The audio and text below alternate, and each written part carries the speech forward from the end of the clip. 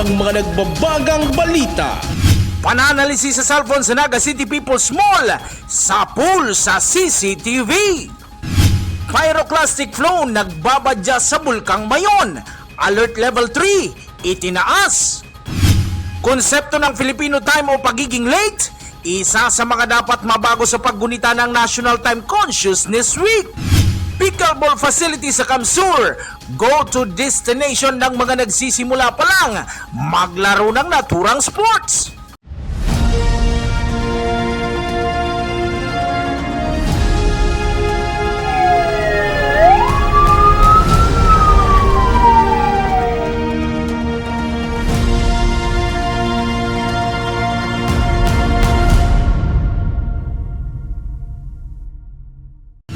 Magandang gabi, narito ang mga maiinit na balita sa Camarines Sur. Sa pulsa CCTV ang pagdampot at pananalisis sa isang cellphone sa Naga City People's Mall. MEPON nagsasagawa na ng backtracking para matunton ang suspect, si John Amador sa detalye. Business as usual ang eksenang ito sa Naga City People's Mall. Ngunit pagmasdang mabuti ang paparating na lalaki sa kaliwa na mabilis na dinampot ang cellphone na nakapatong sa isang upuan. Sabay alis na tila walang nangyari. Sa agon ko po ito sir na cellphone. Kaya lang, ang nakakapot po si Aki Ming 4 na taon. Tatig ko nga itamay kaming katabang. Hiniba ko digdi sa market. Pinakawat mi ng cellphone. Ta para din nga ako magpara hali-hali. Kaso napapaihi, binutasan dyan sa tukawan. Pag sir, nawalat niya dyan, ta naglaog ng tindahan, ta maihi. O yun na to yung naman sa itong sa lalaki. Tighiling mi sa CCTV mi, ta may CCTV kami. Pag ko mi sa sa CCTV, nahiling mi na, yun na to, na nakuha ka tong lalaki. Ikinadismaya naman ito ng pamunuan ng Naga City People's Mall dahil wala naman umanong na itatalang kahalintulad na insidente nitong nagdaang Pasko at Bagong Taon. Sa moya parte mi garo na ka mondo ini si takan si nangyari pon duwang dakon okasyon kan si sa tuyeng Christmas sa New Year. May ko kami baritang nagka-insidenteng araw ka ito. Kami baritang theft, may baritang salisi o ano pa man. Kaya ka nag-loss ito sa Facebook nag-loss po itong balita ito. Nagpa-check po kami dyan sa guardia. Yan po nag-loss. Talaga may nangyari arugad to. Pero itong pangyari to, dayman inasa nangyari to. Nagkataon lang. Garo may chance si taong mailing si cellphone.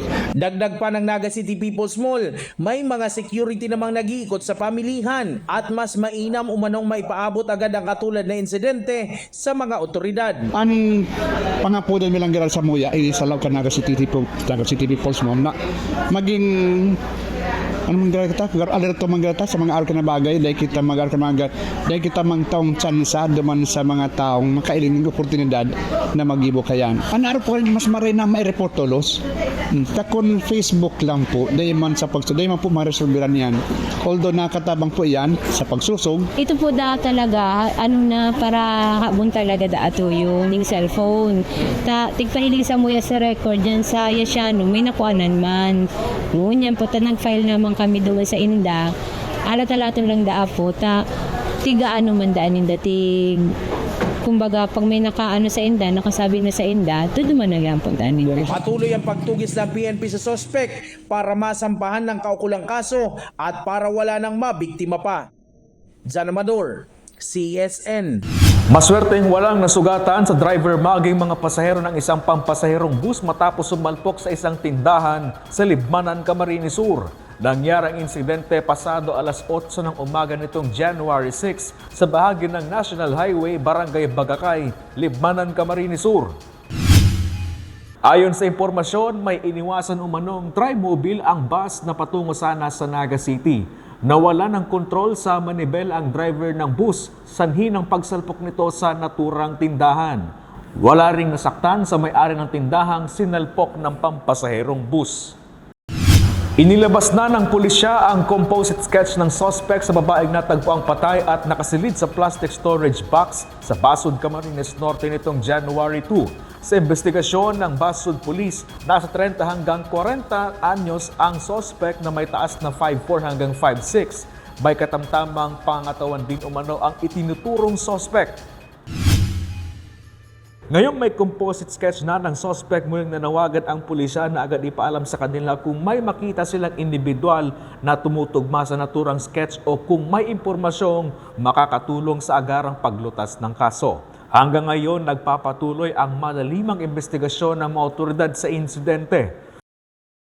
Itinaas sa Alert Level 3 ng PHIVOLCS ang alerto ng Bulkang Mayon sa Albay. Ayon sa Philippine Institute of Volcanology and Seismology o PHIVOLCS, dahil yan sa tumataas na volcanic activity ng bulkan.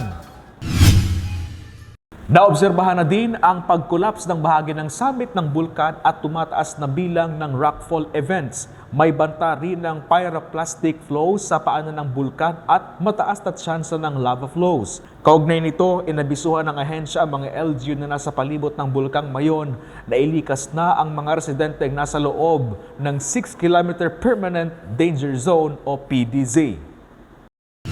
Simula nitong January 2 nang maging epektibo ang total ban sa pagdaan ng mga e-bike at e-trike sa mga national highway.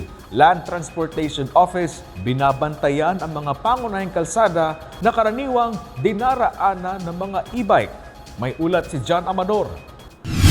Sa pagsisimula ng taon o nitong January 2, naging epektibo ang total ban ng mga e-bike at e-trike sa pagdaan sa national roads. Sa ngayon, nasa monitoring ang LTO katuwang ang mga LGU sa iba't ibang lugar at national roads sakaling may mamataang e-bike owner ang lumabag. Starting January 2, yung mga enforcers po natin ay nagpo-monitor po sa national highway. Bako man lang po di sa Naga, kundi sa Gabos na national highway.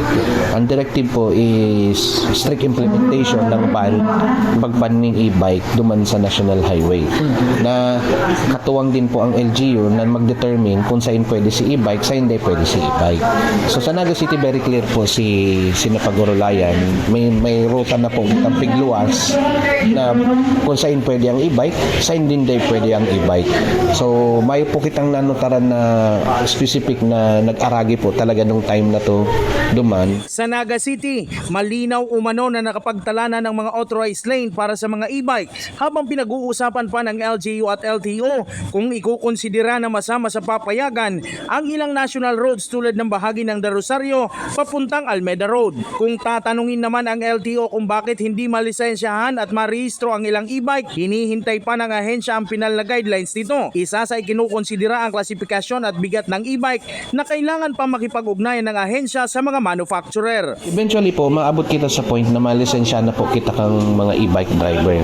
Ang mangyayari po kayan, once na ma-determine po ni LTO ano ba ang mga klaseng e-bike and e-trike na pwedeng i-rehistro sa LTO, ibig sabihin kung ito po ay sasakyan mo naglaog po duman sa classification para ma-rehistro siya sa LTO, mauobliga po ang ma-operate ka ito na magkuha ng lisensya. Ito man pong mga ipo marirehistro sa LTO dahil dahil siya pwedeng i-rehistro, araw po katong sinasabi ta na itong 50 kilograms below ang gabat kang sasakyan na e-bike, dahil po yan marirehistro sa LTO. Ibig sabihin po, dahil man marirequire si magdadrive kaya na makuha ang lisensya dahil bawal man nga niya sa public road. Paalala ni Mancera na in strict implementation ng LTO sa pagbabawal ng e-bike sa mga highway kaya't maaaring mahuli at ma-impound ang unit ng sinumang lalabag. Jan Amador, CSN. Bumaba ang singil sa kuryente ng Casureco 2 nitong Disyembre. Good news yan para sa mga consumer lalo't marami ang gumamit ng dekorasyon nitong holiday season. Si Jem Garcia sa detalye. Kahit tapos na ang Pasko, nakadisplay pa rin ng Christmas tree at Christmas lights sa bahay ni Nanay Edna. Isang beses lang sa bawat taon kaya pinaabot niya na ang mga pailaw hanggang sa Three Kings. Sinabayan pa ng mababang singil sa kuryente. Dakula to, inaabot ng 3K, tapos nagawa man siya 2.8, 2.6 or kaya. Di man kaya para parehas ta. Inot na inot, may kami may washing, para daw ginagamit. Ayon sa Casureco 2, bumaba umano ng higit sa 1 peso kilowatt per hour ang singil nila sa kuryente na maituturing din ng kooperatiba na pamasko sa mga consumer. Mula sa dating 8 pesos point 23 centavos kilowatts per hour sa residential consumers noong Nobyembre, umaabot na lang yan sa 7 pesos point 60 centavos kilowatts per hour. 6 pesos 76 centavos kilowatts per hour naman sa low voltage consumers mula sa dating 7 pesos 38 centavos kilowatts per hour. Habang sa high voltage consumers, umaabot na lang yan sa 5 pesos 63 centavos kilowatts per hour mula sa dating 6 pesos 23 centavos kilowatts per hour. Bumaba man ang singil sa kuryente nitong bare months, ang paalala ng kooperatiba, ugaliin ang pagpaprioridad ng pagbabayad ng kanilang bills sa kuryente upang maiwasan ang disconnection. Sa gabos ng mga member consumer owners kang kasureko to, although hababa ang sa tuyang taripa kang nakaaging bulan December 2025, siguro mas magayon kung mamantin na naman si hababa ang konsumo para di kita madipisilan sa pagbayad. The more po kaya na halangkaw ang konsumo, daw hababa ang taripa sa kuryente, halangkaw manggurerain sa tuyang babayadan kayan. Jem Garcia, CSN. Ginugunita ngayong linggo ang National Time Consciousness Week na layog mabago ang konseptong Filipino Time na naging negatibo dahil sa pagiging late ng iilan. Si Jem Garcia sa detalye. Madalas umanong malate si Maika na isang estudyante sa eskwela at sa iba pang bagay kaya naman relate na relate siya sa usapang Filipino time. Usually, di ko naman talaga mapigilan kasi may situations talaga malilate talaga ako. So, yung on the way, pwedeng, di ba may minsan na nagrarason na tayo on the way pero malayo pa. Sikat na sikat ang salitang Filipino time kung saan nangangahulugan na ito ng tradisyonal na negatibong konsepto sa pagiging late ng mga Pilipino. Bagay na nais mabago sa paggunita ng National Time Consciousness Week na inoobserba tuwing unang linggo ng Enero. Nakaangkla ito sa RA 10535 kung saan itinalaga ang DOST Pag-asa bilang opisyal na tagapagbigay ng tamang oras upang matiyak na iisang oras lamang ang ginagamit ng iba't ibang government agencies. Ang Pag-asa yung sa system, siya ang magpapatakbo ka itong mag-maintain sa system na sa oras nga na yung Philippine Standard Time. Tapos para gabos na agency sa kan mga gobyerno, synchronized. Layunin rin nitong mabago ang negatibong konsepto ng Filipino time na tila nakasanayan na ng mga maraming Pilipino patungo sa pag-uugaling disiplinado at palaging on time. Ang Filipino time is on time. Bakong yung pag sinabi Filipino time kaya baga ang nalawag sa oras na perming late. So parang mabago ito. So pag sinabing Filipino time, on time. Parang yun din yung tema sa ngunyan, yung oras Pinas, Filipino on time ka. So saro po yan sa objective. Jem Garcia, CSN.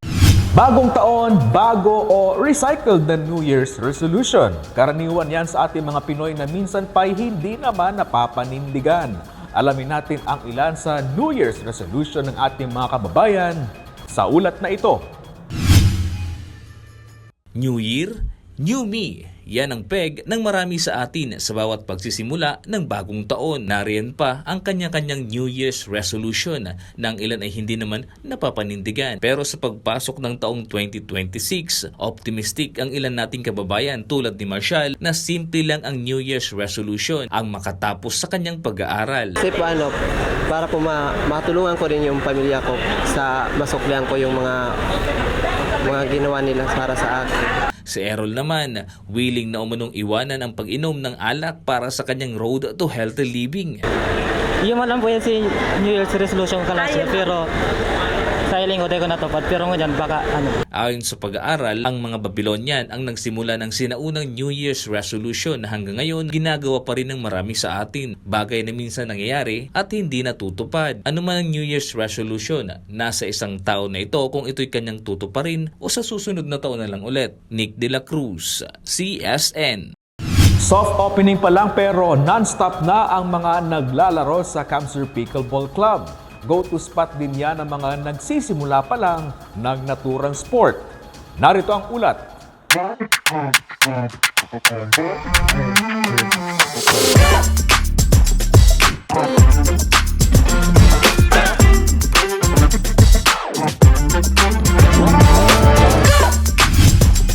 Ilang araw nang nagbabakasyon si Tristan at ang kanyang asawa sa Camarines Sur. Time out muna umano sila sa busy errands sa Metro Manila dahil na rin sa trabaho. Time out sa trabaho kaya game on sila sa paglalaro ng pickleball sa world-class at state-of-the-art na Camsur Pickleball Club sa Capitol Complex. Sikat umano ang larong ito sa Manila, ngunit dito lamang nila kinagiliwan ng paglalaro ng naturang sports. Compared po sa facilities sa Manila, medyo ano na rin siya, on par na doon.